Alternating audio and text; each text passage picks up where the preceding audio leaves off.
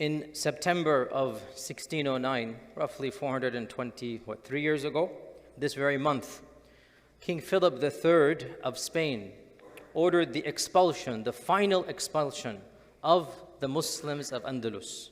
Today, inshallah, we're going to go back to that point in time and contextualize where and how are Muslims in Andalus in 1609. We thought, or we were taught, that in 1492, the final Sultan of the Nasirids handed over the keys to Ferdinand and Isabella, and the end of Muslim Andalusia took place. How then, in September of 1609, is an edict given that Muslims have to be expelled? And it was one of the most tragic incidents in all of Andalusian history. Over 30,000 Muslims were forcibly expelled, and many thousands of children were kept. The point being, these children are innocent, they're not corrupted. We're going to keep them to make them Christians. And the parents were forced to go into exile.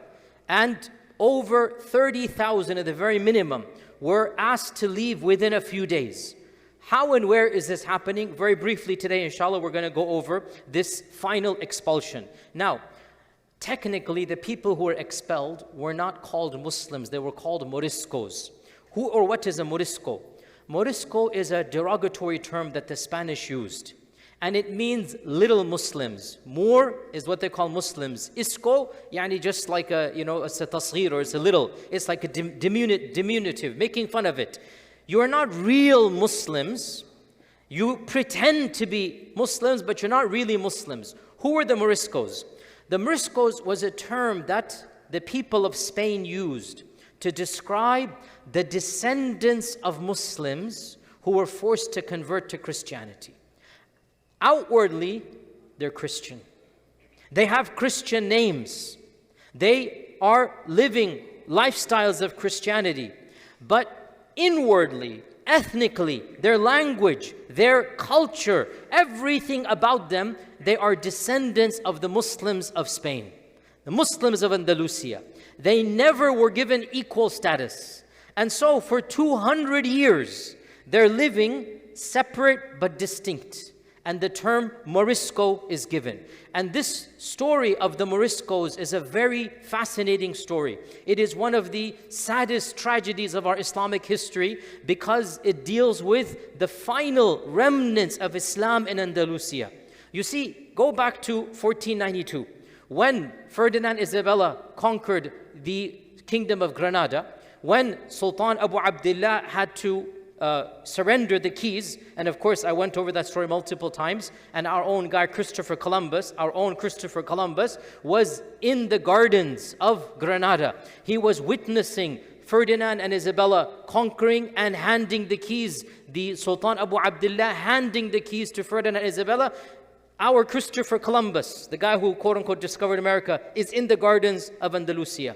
And he's going to then petition and then find his way to America, 1492. That's why 1492, every high school kid in America knows discovery of America, quote-unquote. And every Muslim kid, 1492, the collapse of Granada, the collapse of Andalusia. The two dates are the same because the same person is involved, because there is a causal linkage. Now, when Granada is conquered, you have to understand Granada is like 80-90% Muslim. The entire population is Muslim. You cannot overnight expel everybody. You cannot overnight tell everybody to leave. There will be no community left. And so Sultan Abu Abdullah, the last Sultan of the Nasirid dynasty, and the original contract is still present. If you go to the museum in Spain, I've seen it with my own eyes. The original signature, the original, the same document is still there. You can read it, and you can read it online even. Sultan Abu Abdullah put an entire paragraph. I will only surrender with these conditions. The main condition, the Muslims of my kingdom will not be touched. I will leave. The royal family will leave. You will get the treasury. You will be the rulers. But the Muslims, their religion will be protected. Their right to practice Islam will not be infringed. Their court systems, the qudat, the judges, are going to be in place. You shall allow them to live as they are religiously. You will be the leaders, you will get the taxes, but you will not infringe on the rights of the Muslims. That was in the treaty. You can read it yourself in simple Arabic, it is still there. And if you read Spanish, the translation is there as well. This took place what year? What year was this? 1492. Okay, Sultan Abu Abdullah leaves and the Muslim armies leave. Now who's in charge? Ferdinand and Isabella. How long do you think it took them to start breaking the treaty? Less than a few years. Less than a decade. Because now, khalas, there is nobody in charge other than them. Within a decade, they made the announcement. Either you convert, or you expel, or you shall be killed. Within a decade, literally, less than 10 years. And the entire treaty is made null and void, and the Muslims have to make a tough choice. Now begins the history of the decline of Spain. Now, obviously, this is a very complicated history. Why? Multiple reasons. First and foremost, we don't have eyewitness accounts from within the Muslims. Very rare. We have external. We have the Spaniards documenting, number one. Number two, the history of the decline of Spain, the last century and a half, it varies from city to region to state. And so Granada is not the same as Valencia, as we'll talk about. Valencia is not the same as Yativa. And that's not the same as Al-Puharra. Every region is different.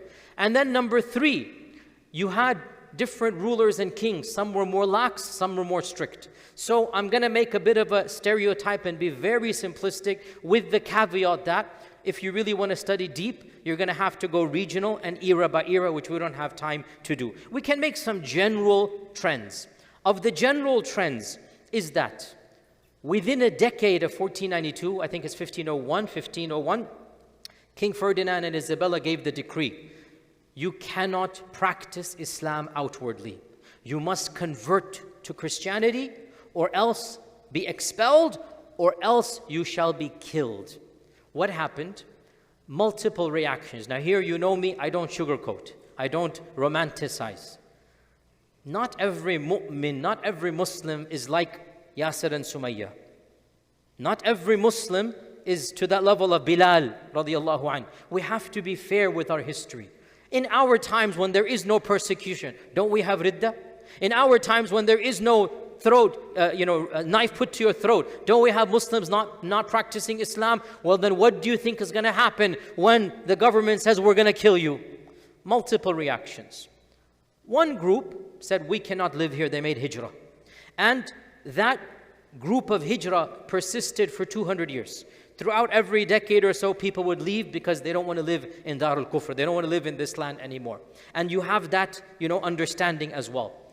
Another group, they fled the major cities and they went to the villages. They established their own cities. They established their own little villages in the middle of nowhere. Remember, this is before the era of, the railroad and electricity and whatnot. You can run away to the mountains. You can run to the heights of the mountains. Form your own small community. And so, to this day, in Andalusia, there are small little villages that are the descendants of those Muslims. Within especially an hour and a half of Granada. Most famously is the area called Al-Puharra, from the Arabic Al-Basharat, Al-Puharra, Al-Basharat. It's up in the mountains. I've been there every year we go. It is absolutely phenomenal. You go there, you find the original villages built by the Muslims. You find the last fortress of the Muslims. We're going to come to the story very quickly, that the Muslims fled Granada and they founded their own mini villages. Now the government is far away and the adhan is called, salah is prayed, there is a masjid, etc.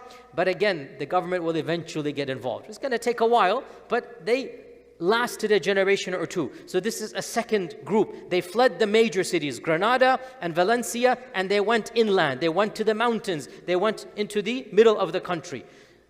The majority of them decided, we have no option but to just pretend to convert. These are the Moriscos. Outwardly, they converted. But inwardly, they tried to maintain their Islam. And for many decades, actually for more than a century and a half, the bulk of them managed to retain some sense of Islamic identity. some sense.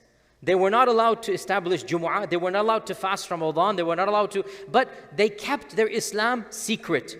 And they attempted to portray themselves as Christian, but internally they were Muslim.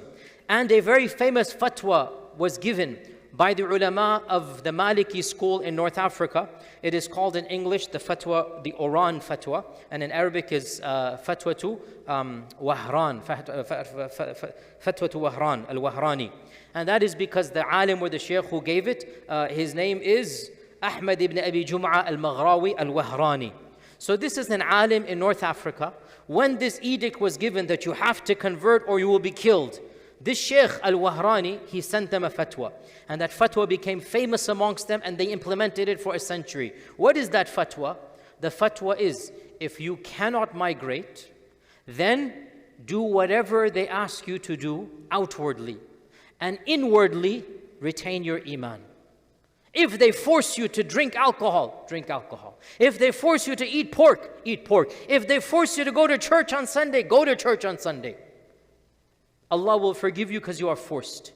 But whenever you can pray, pray in secret. And if you have to make jama'ah of all the salah and pray at night, go ahead. And if you have to pray Jumu'ah alone, go ahead. And if you can only pray by isharat of the eyelids, go ahead. Just do whatever you can. فَاتَّقُوا اللَّهَ مَا اسْتَطَعْتُمْ. And the rest is all forgiven.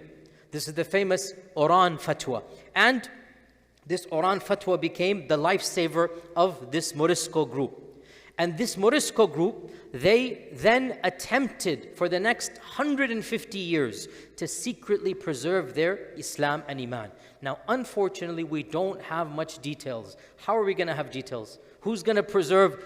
But we find documents. In fact, I posted on, when I stopped, of course I'm no longer on social media, but right before I stopped, I think 2-3 weeks ago, I posted a photograph of a document that was discovered in an Andalusian house that was being rebuilt.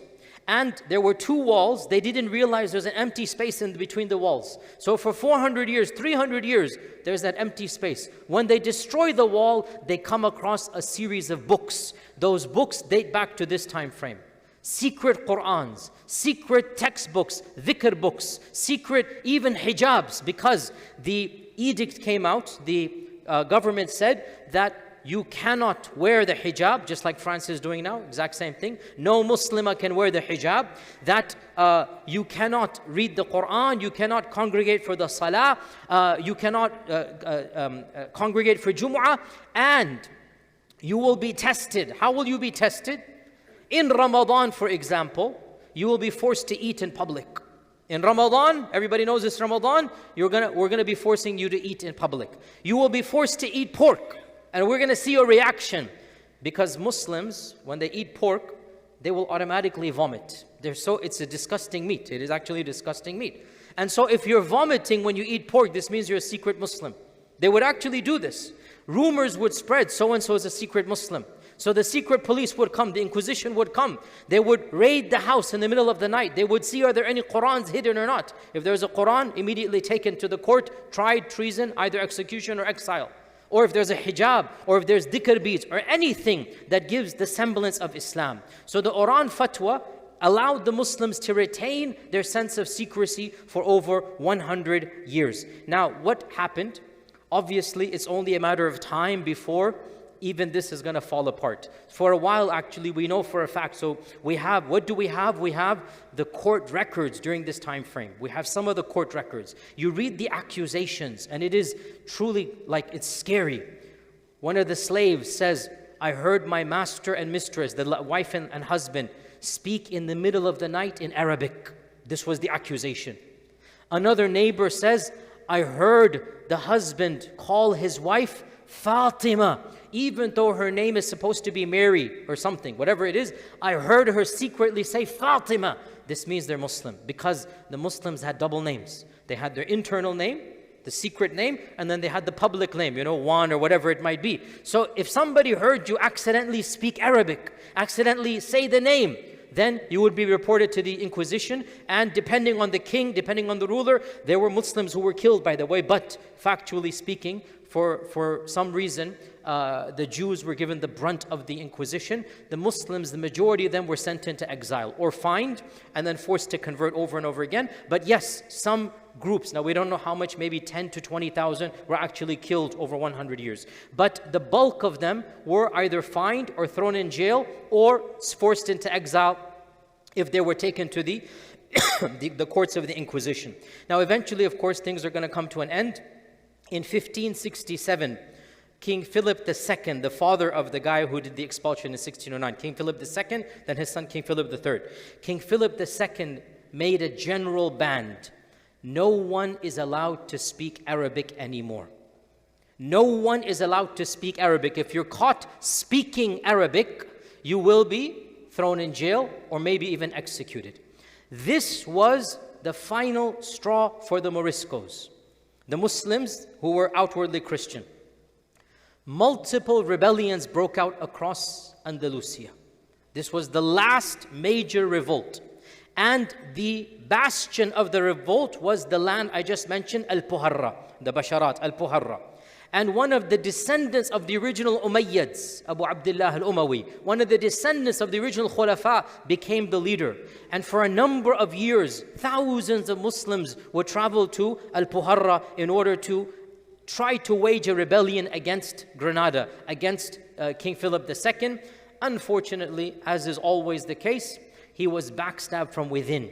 And a Muslim, traitor, always the case. We have to worry about our own. Somebody from within came and killed him in his own tent. Our guy, one of our Muslim guys, came in and did what he did. And subhanAllah, this guy, Abu Abdullah al-Umawi, he would be writing letters to Sultan Salim of the Ottoman Empire. We need your help. You need to send us ships. You need to send us armies. We're going to be massacred. At the very least, send us equipment, send us military, send us aid. Nothing came. For whatever reason, they had their siyasa. I mean, again, you can understand, I'm not at all condoning, but from their perspective, to send aid is to declare war with the Spanish Empire, and the Spanish Empire is the superpower of the time. So by the way, what we are seeing now is nothing new. It is the reality throughout history. The empires are empires and the rest are not. So Sultan Salim was super powerful in his region, but he doesn't want to take on the Spanish Armada. He doesn't want to take on the Spanish fleet. He does not want to do that. So the Ottoman Empire never directly sent troops, even though there was correspondence.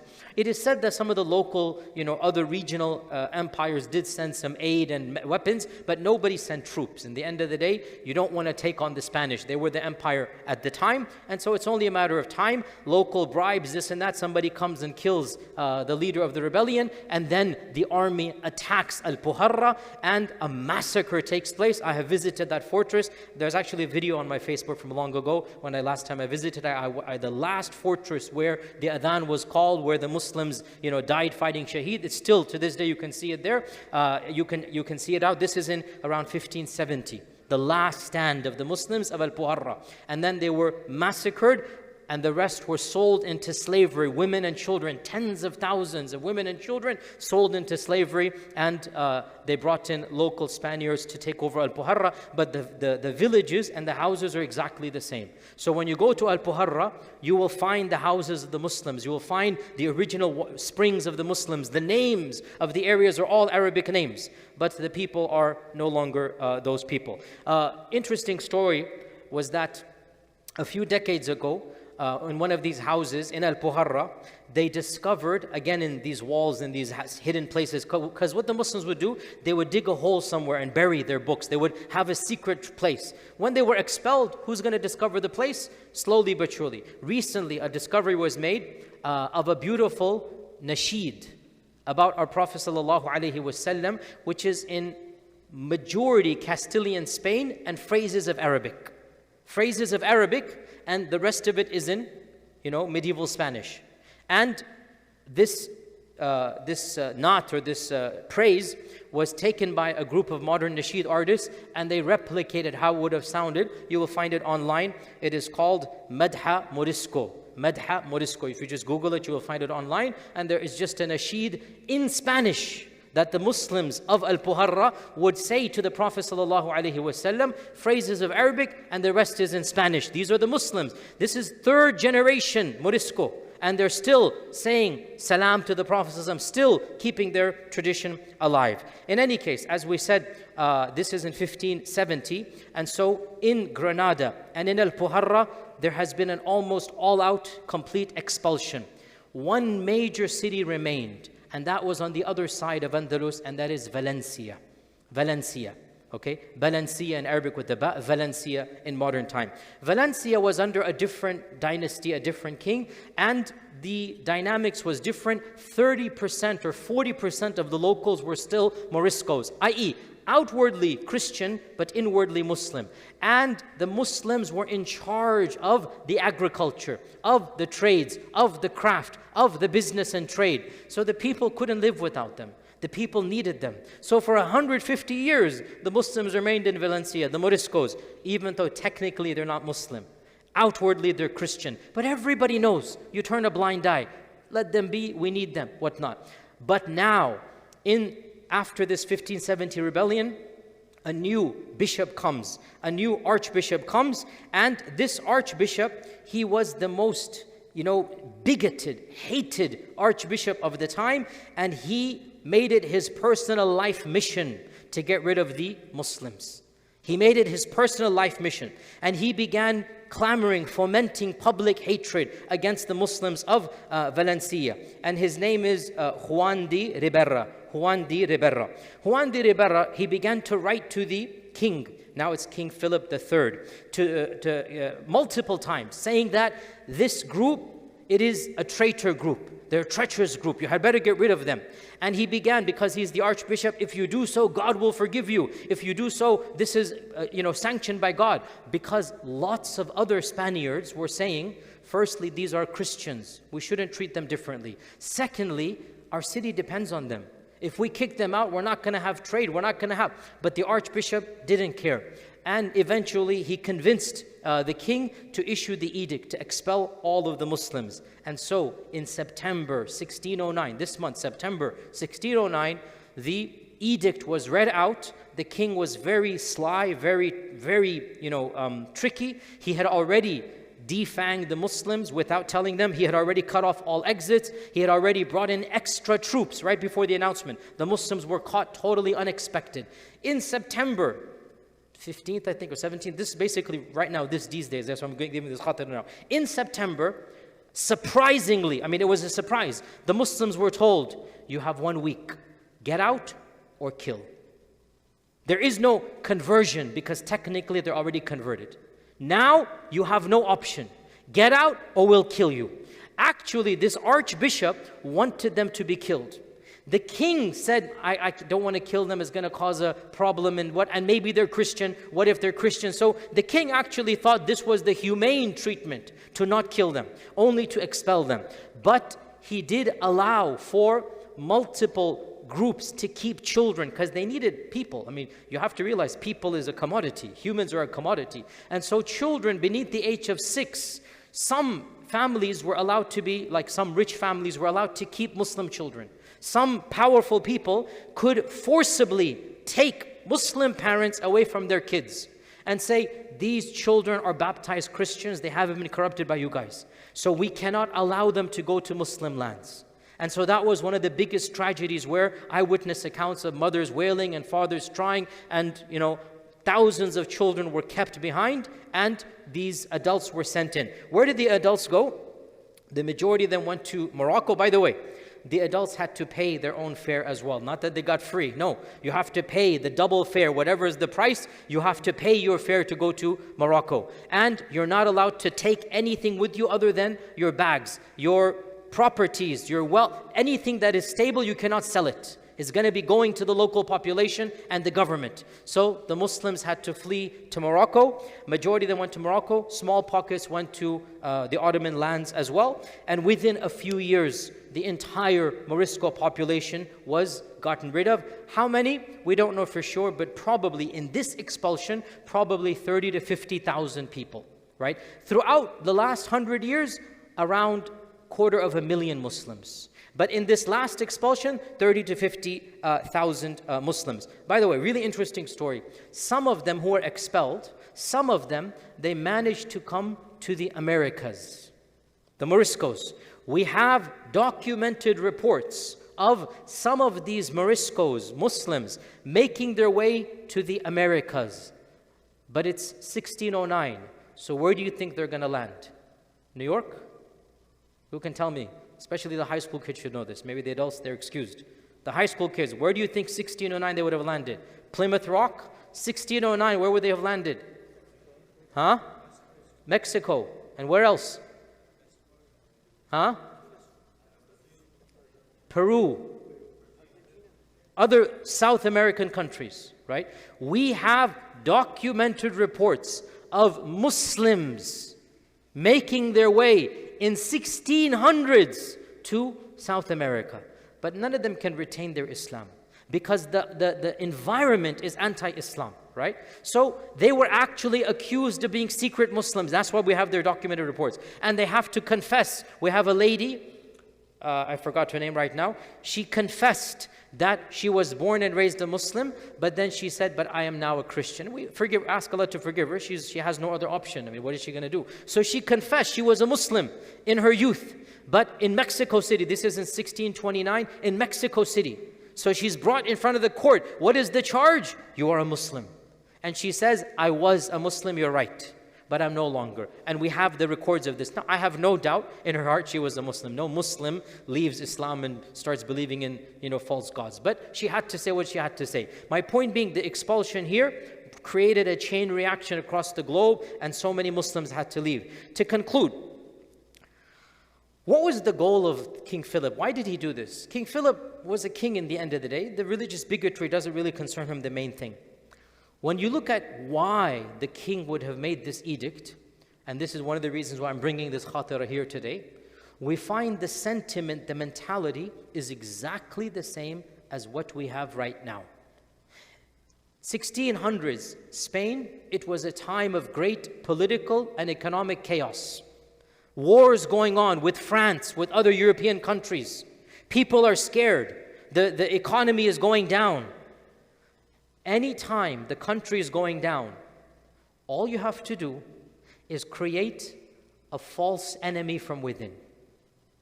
Create a false enemy from within.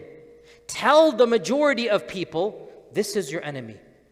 Make this a bigger threat. The politician then says, I will save you from this enemy. And the politician swoops in, foments hatred, causes the majority to hate the minority, and then comes in as the knight in shining armor to save the majority from this small minority. Look at history. What did Hitler do in Nazi Germany? When the German currency was at its weakest, when World War I was a disaster, when Germans are feeling a sense of complete humiliation, at that point in time, Hitler creates the narrative, oh, the enemy is within. And hatred rises to unprecedented levels, and people feel they're doing something when they turn on their own German citizens of another background, another nationality. You know what I'm talking about, right? And now what happened here 15 years ago, right? Our economy, our national debt is in the trillions. We are spending more overseas in military expeditions than all 100 countries combined. In many ways, our country really has national disasters of the highest magnitude. Our healthcare is in shambles, etc., etc. What's the best tactic? Create a false enemy from within. Create an illusion that these guys, us, the Muslims, are the terrorists. Create an entire narrative and then foment hatred, pass bills, etc., etc. It always works. People never learn from history. But what they also don't learn is the opposite as well. And with this we conclude. What is the net result of destroying the social fabric of your own society? What happens? The long-term result is always failure. No society can turn on itself and be successful. People never learn from history, neither the politicians nor the masses. You cannot divide your own country and then conquer what? Your own country? You cannot. And so, when the Muslims were expelled from Spain, when the Muslims were expelled from Valencia, 35% of the population leaves. The majority of them, skilled traders, craftsmen, farmers, they know how to plow, they know how to take care. What's going to happen? Valencia used to be the economic powerhouse of that region. That was it. With the expulsion of the Muslims, the Christians tried, but it continued to go down until Valencia is a thing of the past. You cannot divide and conquer your own country. It's always going to result in failure, and the Spanish people saw this too late, and the reality is people never learn from their history. So bottom line, brothers and sisters, it is important that we as Muslims, we go back to history, we learn from history, we understand the pitfalls of the past so that we, at least in our individual lives, do not fall prey to them. And the final point, subhanAllah, no matter what happens to individual regions, Allah will protect the religion of Islam. Sure, pockets might fail. Sure, pockets might disappear. But the religion of Islam shall always flourish as we see today. Wa jazakumullahu khairan. Wassalamu alaikum wa rahmatullahi wa barakatuh. فيا ذلي ويا خجلي إذا ما قال لي ربي أما استحييته تعصيني ولا تخشى من العتب وتخفي الذنب عن خلقي وتأبى في الهوى قربي فتب مما جنيت عسى تعود إلى